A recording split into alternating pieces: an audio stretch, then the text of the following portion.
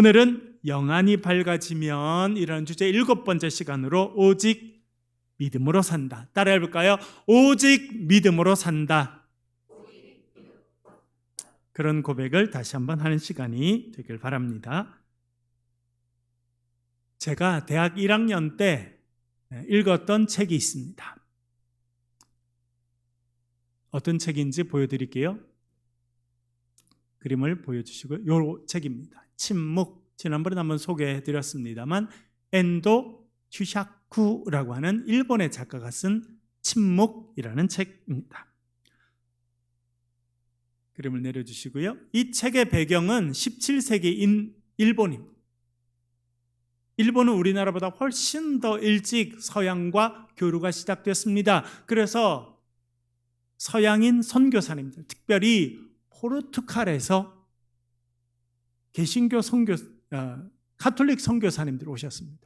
여러분, 임진왜란 때 1592년 일본이 우리나라를 침공해 왔을 때 군종 신부 역할을 하는 분이 있었다는 거 아시죠? 네. 일본은 아주 일찍부터 서양과 교류가 있었습니다. 특별히 포르투갈에서 파견한 예수의 소속의 신부님들이 와서 일본에서 복음 전하는 일을 했습니다. 17세기.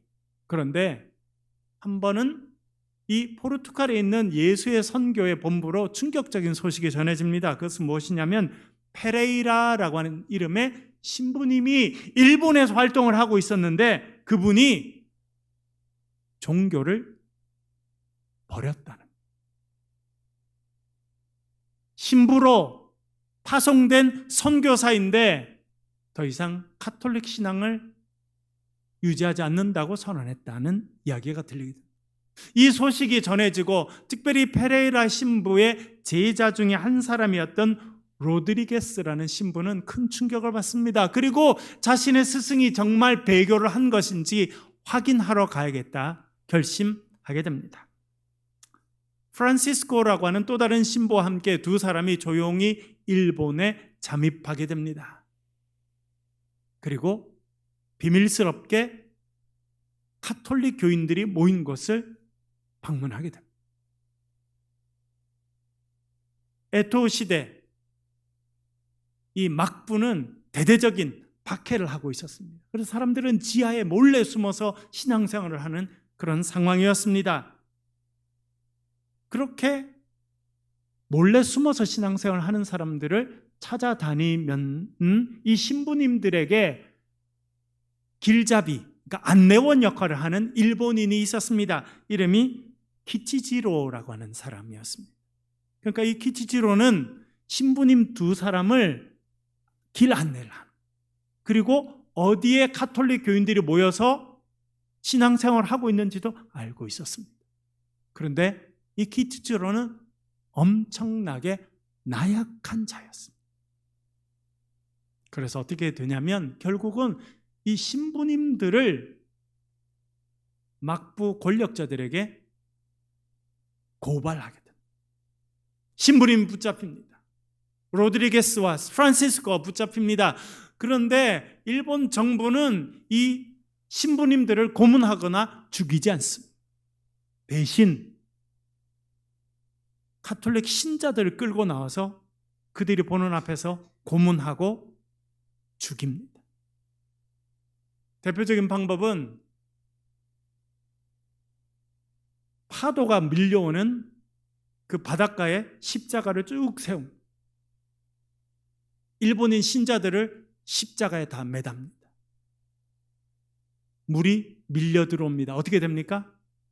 점점 물이 올라와서 결국은 십자가에 달린 일본 신자들이 처절하게 죽어가는 모습을 보게 합니다. 그리고 이 로드리게스 신부에게 이 사람들을 살리고 싶다면 너도 신앙을 버려라, 배교해라 라고 강요하게 됩니다. 그러면서 어떻게 하냐면 예수님의 얼굴이 그려져 있는 성화를 가지고 오고 그것을 로드리게스 신부 발 앞에 놓습니다. 네가 정말 저 사람들을 살리겠다 하면 이 성화를 밟고 지나가라. 로드리게스는 죽어가는 신자들을 보고 자기 앞에 놓여져 있는 예수님의 얼굴이 있는 성화를 보고 깊은 고민을 하게 됩니다. 그러면서 그는 성화 위에 발을 올려놓게 됩니다. 그리고 그 발이 너무나 큰 아픔과 슬픔을 경험하게 됩니다. 그런데 그의 귀에 성화에 있는 그분의 음성이 들립니다. 밟아도 좋다. 내 발의 아픔을 내가 제일 잘 알고 있다. 밟아도 좋다. 나는 너희들에게 밟히기 위해서 이 세상에 태어났고 너희의 아픔을 나누기 위해서 십자가를 졌기 때문이다. 제가 대학 시절에 이 책을 읽고 고민이 많이 됐습니다. 하나님은 정말 침묵하시는가? 하나님은 왜 우리가 원할 때 응답하지 않으시는가? 왜 정말 하나님은 때때로 침묵하시는가? 고민을 했었습니다. 그런데 오늘 읽은 본문 하박국, 이 하박국을 쓴 하박국 선지자도 같은 고민을 하였습니다. 1장 2절 같이 한번 읽어보겠습니다. 하박국 1장 2절 같이 읽겠습니다. 시작. 여호와여, 내가 부르짖어도 주께서 듣지 아니하시니 어느 때까지리까? 내가 강포로 말미암아 외쳐도 주께서 구원하지 아니하시나이다. 아멘. 하박국이 살던 시대 혼란의 시대였습니다. 지금보다 훨씬 더 혼란한 시대였습니다. 그 시대에 악한 자가 힘을 씁니다. 강한 자는 자기의 가진 힘으로 약한 자들을 압제합니다. 힘없는 자들은 어디 가서 하소연할 데가 없습니다. 그런 모습을 보면서 하박국이 하나님 앞에 소리칩니다. 하나님, 제가 부르짖어도 왜 응답하지 않으십니까? 제가 이 목이 터지도록 이 아픈 이 시대의 아픔을 가지고 기도하는데 하나님 왜 응답하지 않으십니까? 라고 소리칩니다. 하나님 왜 침묵하십니까? 라고 기도하고 있습니다. 여러분, 성경에 보면 성경에 나온 인물들이 기도할 때마다 하나님이 즉각적으로 다 응답하십니까?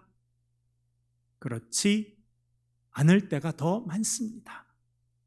그런 사람 중에 한 명이 다윗이었습니다. 시편 13편 1절 같이 한번 읽겠습니다. 13편 1절 시작. 여호와여, 어느 때까지니까?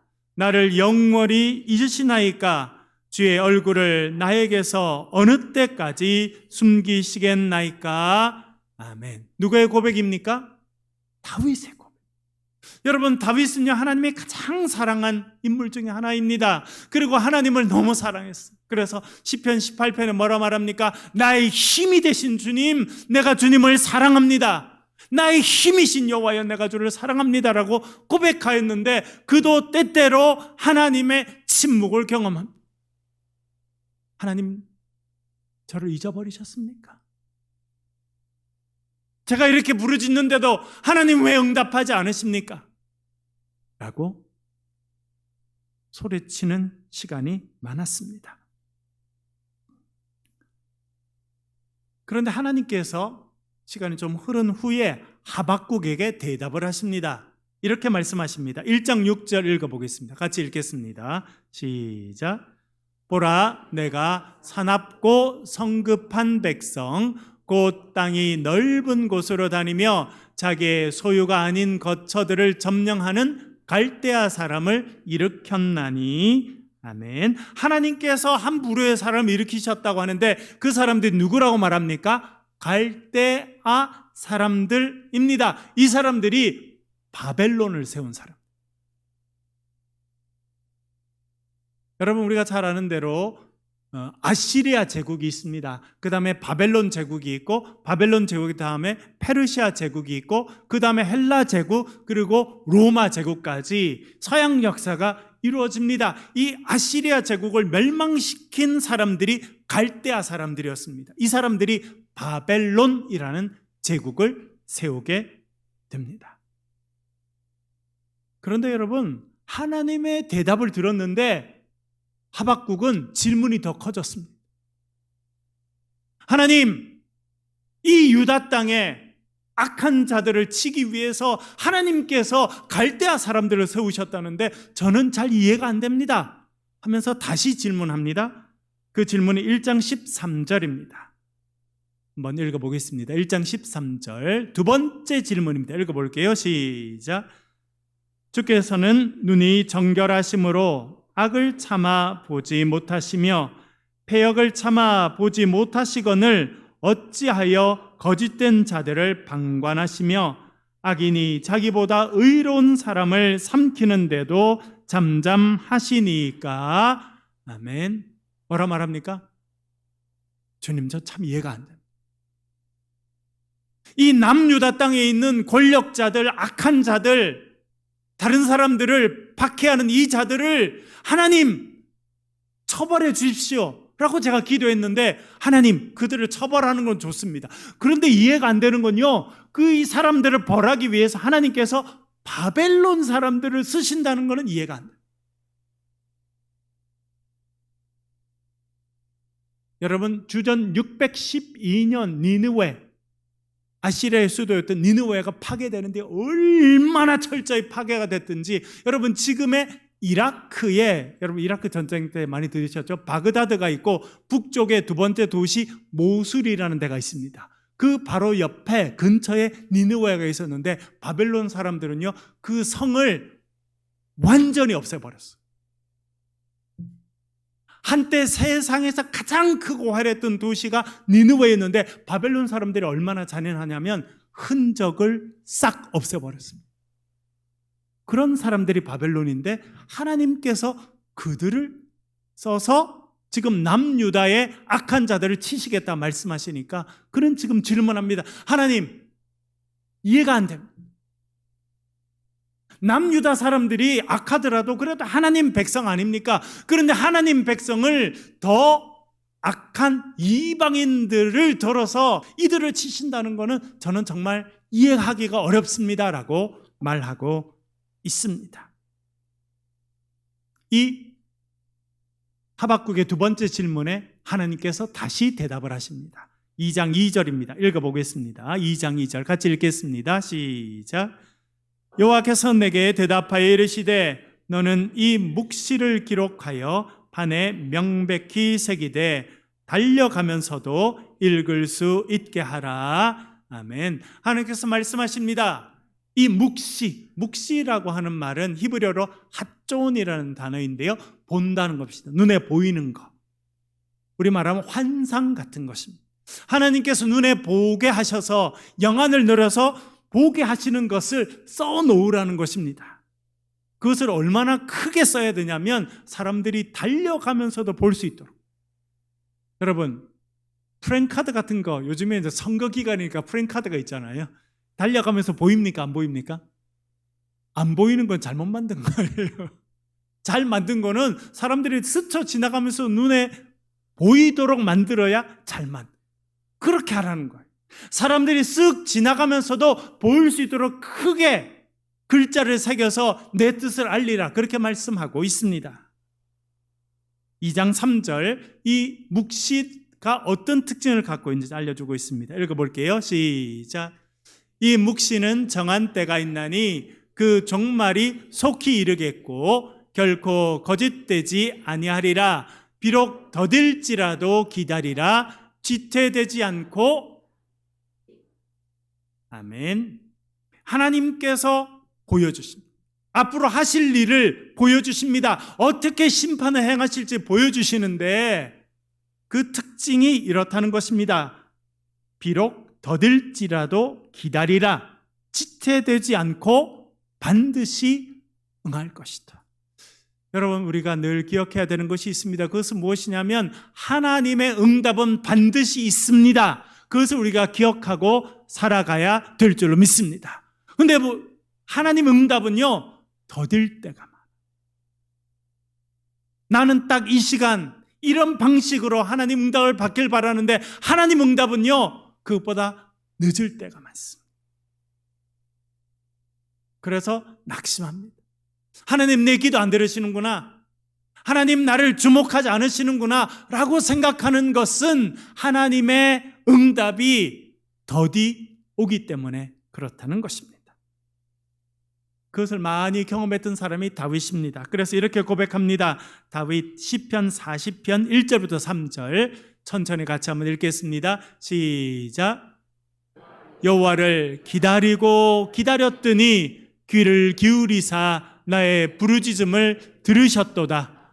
나를 기가 막힐 웅덩이와 수렁에서 끌어올리시고 내 발을 반석 위에 두사 나의 결음을 견고하게 하셨도다.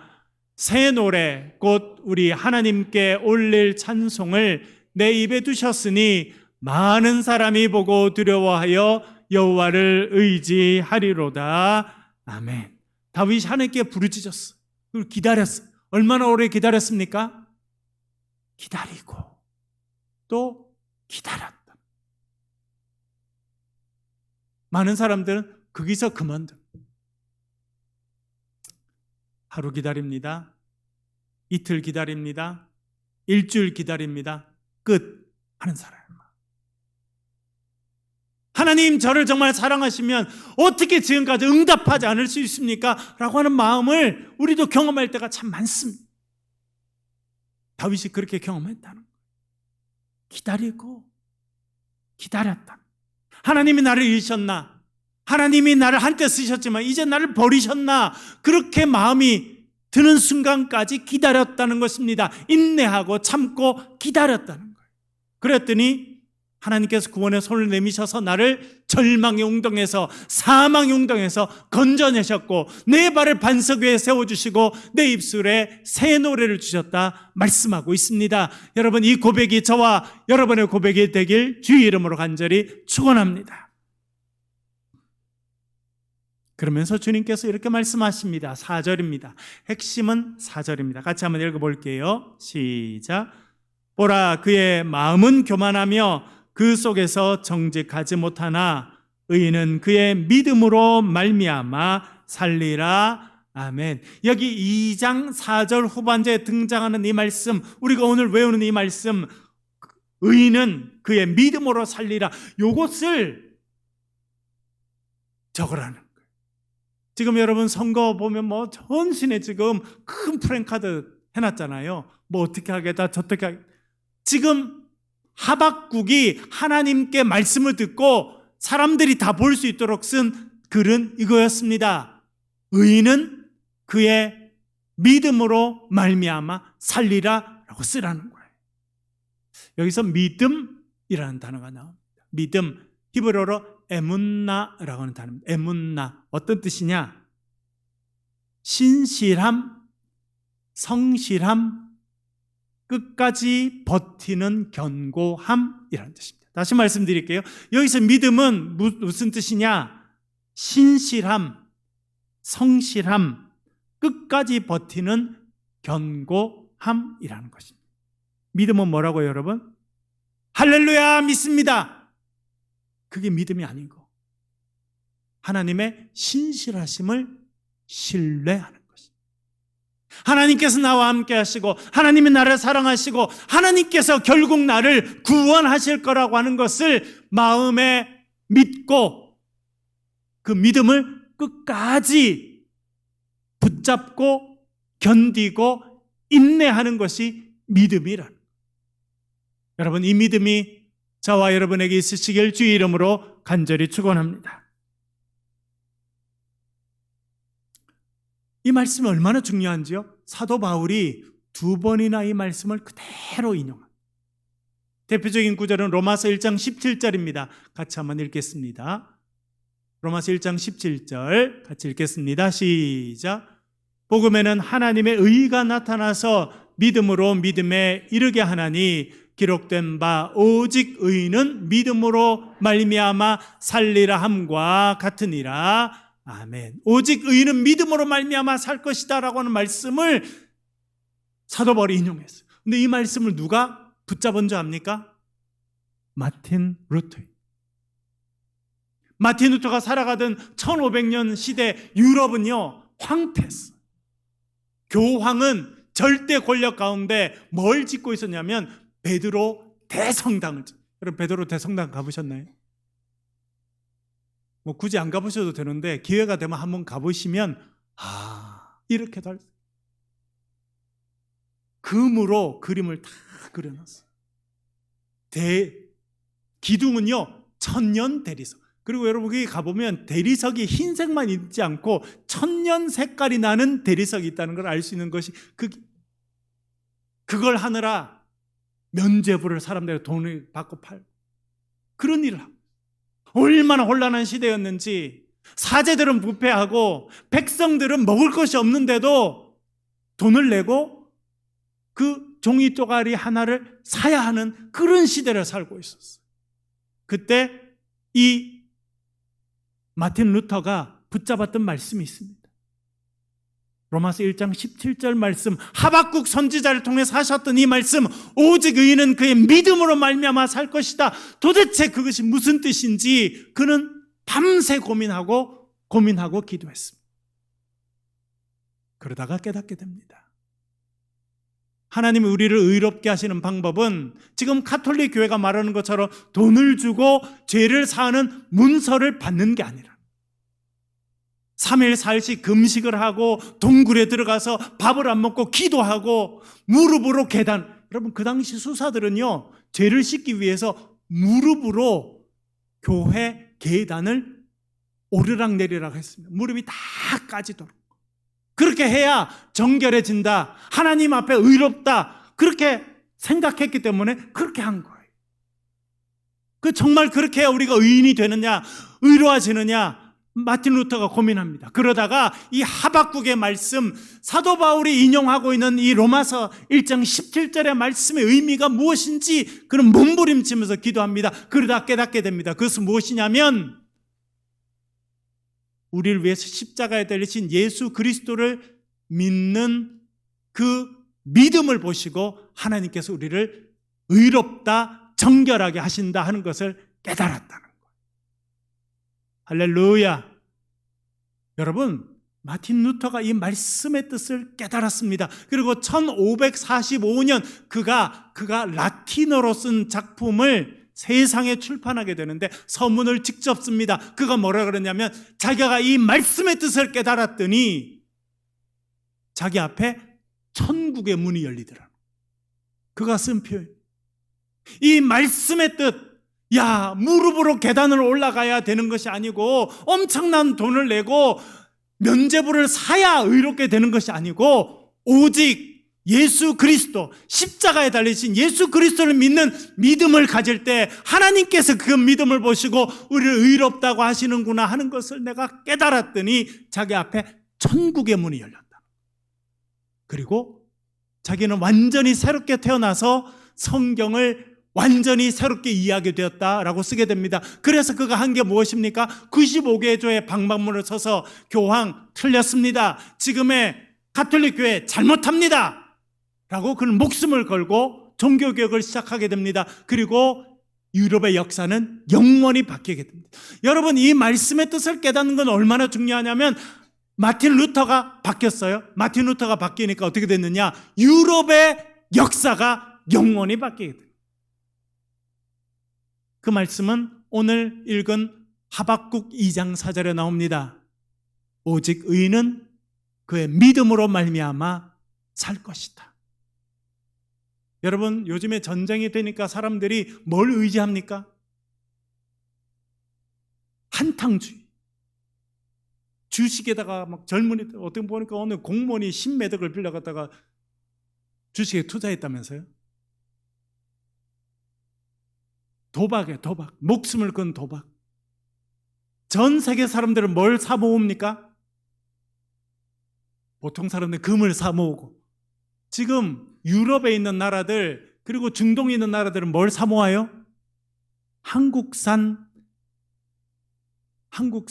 K9 자주포를 사 모으고요. 제가 이번에 설교 준비하면서 보니까 우리나라의 1920년 아니 2020년 6년 전 그때 우리나라 1년 방산 수출액이 얼마였는지, 무기를 파는 돈이 얼마냐면 30억 달러였어요. 2년 후에 우크라이나 전쟁이 터지니까 우리나라가 얼마를 수출했는지 압니까? 2년 전에 30억 달러만큼의 무기를 수출했어요. 2년이 지나니까 우크라이나 전쟁이 터지니까 175억 달러를 수출한 6배나 수출해. 사람들이 무기를 사 모으는 거예요. 야, 불안한 시대에 무기를 사 모으자. 전 많은 사람들은 금을 사 모으자. 주식에 투자하자. 왜? 뭔가 불안하니까 그걸로 해결하겠다는 거예요. 그걸 의지하고 살겠다는 겁니다. 여러분, 집안에 금을 잔뜩 모아 놓으면 그것이 여러분의 생명을 보존해 줄 수 있습니까? 잠을 편히, 저 보니까 금덩어리 집에 놔놓으면 잠을 못 잘 것 같아요. 해본 적이 없어서 저는 잠을 잘 잡니다만. 그렇잖아요, 여러분. 금덩이를 사 모아가지고 자기 집안에 그게 금고에 장떡 넣어놓으면 잠이 오겠어요? 안 올 것 같아. 그게 해결 방안이야. 혼란의 시대, 두려움의 시대, 전쟁의 시대 우리가 살고 있습니다. 오직 예수 그리스도를 의지하는 믿음으로 살아갈 때 우리의 삶의 구원의 역사, 하나님의 구원의 역사가 임하게 될 줄로 믿습니다. 오직 믿음으로 살아가는 저와 여러분 되시길 주의 이름으로 간절히 축원합니다.